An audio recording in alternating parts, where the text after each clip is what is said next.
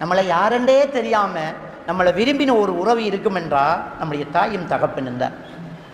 கர்ப்பத்தில் குழந்தைங்கிற மெசேஜ் மட்டும் தெரிஞ்சால் மாதவிலக்கு நின்று போச்சு, காட்டை வச்சு பார்த்தா பாசிட்டிவ், பிள்ளைக்கு நின்றுட்டு அப்படி என்று தெரிஞ்சால் ஒரு தாய்க்கும் தகப்பனுக்கும் இது என்ன பிள்ளைன்னு தெரியாதுங்க.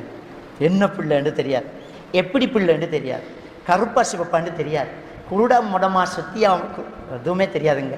என் பிள்ளை அப்படி என்று ஒரு தாய் வயிற்றில் நம்மளை சுமக்க தொடங்குவாள், தகப்பன் தலையில் நம்மளை சுமக்க தொடங்குவாள்.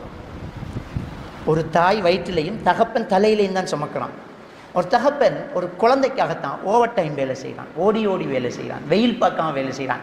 இந்த மாதம் நாட்டுக்கு போக இருந்தவர் இன்னொரு வருஷம் கழித்து போவோம், கொஞ்சம் பெனிஃபிட் கூட கிடைக்கும், சம்பள உயர்வு வர மாதிரி இருக்குது என்றெல்லாம் நிற்கிறது.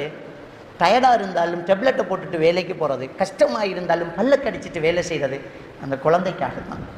அவர் எப்போவுமே தலையில் சுமந்துக்கிட்டு தான் இருப்பார். ஆனால் நமக்கு முன்னே காட்டிக்க மாட்டார். இதுதான் தகப்பன். தாய் வயிற்றில் நம்மளை சுமந்துக்கிட்டு இருக்கிறா. எப்படி ஒரு மனநிலையில் ஒரு தாய் நம்மளை வயிற்றில் சுமப்பா தெரியுமா? நம்ம யாராவது கீழே விழும்போது, வேகமாக விழும்போது, ஒரு நொடியில் விழும்போது நம்ம தலையை தூக்குவோம், தலையை பொத்துவோம், தலையை பார்த்துக்குவோம். ஆனால் ஒரு கர்ப்பிணி பெண் கீழே விழும்போது சுப்ஹானல்லாஹ் வயிற்றை மட்டும்தான் பொத்துவா. அவளை பற்றி அவள் யோசிக்கவே மாட்டான். என் தாயும் அப்படித்தான், உங்கள் தாயும் அப்படித்தான்.